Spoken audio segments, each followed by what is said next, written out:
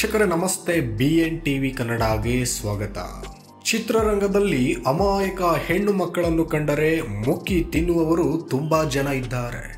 ಕೇವಲ ಆ ಇಂಡಸ್ಟ್ರಿ ಈ ಇಂಡಸ್ಟ್ರಿ ಅಂತ ಅಲ್ಲ, ಎಲ್ಲ ಚಿತ್ರೋದ್ಯಮಗಳಲ್ಲೂ ಬಹುತೇಕ ಇದೇ ಕಥೆ ಇದೆ. ಈ ಕಥೆಯ ಪ್ರಮುಖ ಪಾತ್ರಧಾರಿಗಳಲ್ಲಿ ಕುಲದಲ್ಲಿ ಕೀಳ್ಯಾವುದೋ ಚಿತ್ರದ ಕಥಾನಾಯಕ ಮಡೆನೂರು ಮನು ಕೂಡ ಒಬ್ಬರು ಎನ್ನುವುದು ಸದ್ಯಕ್ಕೆ ಕೇಳಿ ಬರ್ತಾ ಇರುವಂತಹ ಆರೋಪವಾಗಿದೆ. ಹೌದು, ಮಡೆನೂರು ಮನು ಕಿರುತೆರೆಯ ಪ್ರೇಕ್ಷಕರಿಗೆ ಚಿರಪರಿಚಿತ ವ್ಯಕ್ತಿ.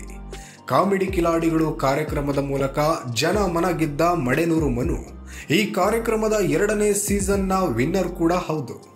ಮಿಮಿಕ್ರಿ ಮಾಡೋದ್ರಲ್ಲಿ ಕೂಡ ಮಡೆನೂರು ಮನು ತುಂಬಾನೇ ಫೇಮಸ್ ಆಗಿದ್ರು. ಇಂತಹ ಮಡೆನೂರು ಮನು ವಿರುದ್ಧ ಇದೀಗ ಅತ್ಯಾಚಾರದ ಆರೋಪ ಕೇಳಿ ಬರ್ತಾ ಇದೆ. ಅನ್ನಪೂರ್ಣೇಶ್ವರಿ ನಗರ ಪೊಲೀಸ್ ಠಾಣೆಯಲ್ಲಿ ದೂರನ್ನು ಕೂಡ ದಾಖಲು ಮಾಡಿಕೊಳ್ಳಲಾಗಿದೆ.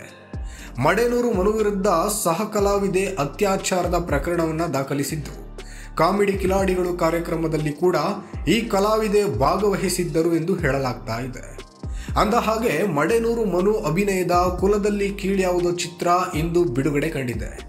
ಕೆ ರಾಮನಾರಾಯಣ ನಿರ್ದೇಶನದಲ್ಲಿ ಮೂಡಿ ಬಂದಿರುವ ಈ ಚಿತ್ರದಲ್ಲಿ ಮೌನ ಗುಡ್ಡೆಮನೆ ನಾಯಕಿಯಾಗಿ ಪಾತ್ರವನ್ನು ನಿರ್ವಹಣೆ ಮಾಡಿದ್ದಾರೆ. ಯೋಗರಾಜ್ ಭಟ್ ಬ್ಯಾನರ್ ನಡಿ ಚಿತ್ರ ನಿರ್ಮಾಣವಾಗಿದ್ದು, ಮಡೆನೂರು ಮನು ಈ ಚಿತ್ರದ ಮೇಲೆ ಭರವಸೆಯನ್ನ ಇಟ್ಟುಕೊಂಡಿದ್ದಾರೆ.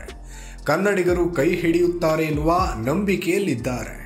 ಇದೇ ನಂಬಿಕೆಯಲ್ಲಿ ಕಳೆದ ಕೆಲ ದಿನಗಳಿಂದ ಕಾಲಿಗೆ ಚಕ್ರ ಕಟ್ಟಿಕೊಂಡಂತೆ ಮಡೆನೂರು ಮನು ಚಿತ್ರದ ಪ್ರಚಾರವನ್ನ ಮಾಡುತ್ತಾ ಬಂದಿದ್ದಾರೆ.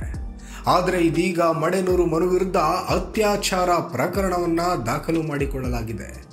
ಎಲ್ಲ ಅಂದುಕೊಂಡಂತೆ ಆಗಿದ್ರೆ ಇಂದು ಮಡೆನೂರು ಮನು ಚಿತ್ರಮಂದಿರದ ಆವರಣದಲ್ಲಿ ಇರಬೇಕಿತ್ತು. ತಮ್ಮ ಚಿತ್ರ ಕುಲದಲ್ಲಿ ಕೀಳ್ಯಾವುದೋ ಬಿಡುಗಡೆಯನ್ನ ಸಂಭ್ರಮಿಸಬೇಕಾಗಿತ್ತು. ಆದರೆ ಚಿತ್ರ ಬಿಡುಗಡೆಯ ಹಿಂದಿನ ದಿನ ಮಡೆನೂರು ಮನು ಸದ್ಯ ಪೊಲೀಸರ ಅತಿಥಿಯಾಗಿಬಿಟ್ಟಿದ್ದಾರೆ. ಕಾಮಿಡಿ ಕಿಲಾಡಿಗಳು ಮೂಲಕ ಜನ ಮನ ಗೆದ್ದು ಈಗ ಬೆಳ್ಳಿತೆರೆಯಲ್ಲಿ ನಾಯಕನಾಗಿ ಮಿಂಚಲು ರೆಡಿಯಾಗಿರುವ ಮನು ಸದ್ಯ ನಿಜ ಜೀವನದಲ್ಲಿ ಯುವತಿಯ ಪಾಲಿಗೆ ಖಳನಾಯಕನಾಗಿಬಿಟ್ಟಿದ್ದಾನೆ.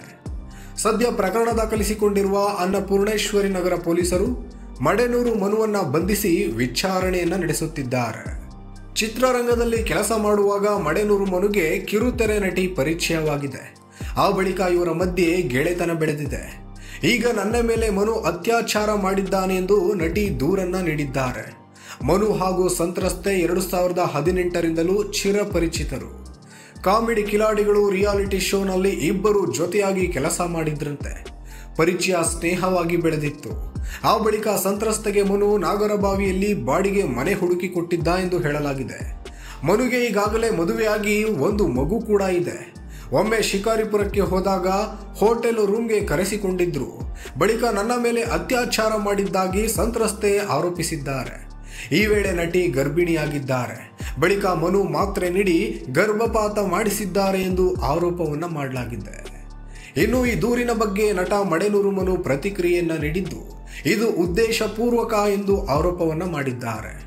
ಮೇ 23ರಂದು ಕುಲದಲ್ಲಿ ಕೀಳ್ಯಾವುದೋ ಸಿನಿಮಾ ರಿಲೀಸ್ ಇರುವಾಗ FIR ಮಾಡುವ ಅವಶ್ಯಕತೆಯೇ ಇರಲಿಲ್ಲ.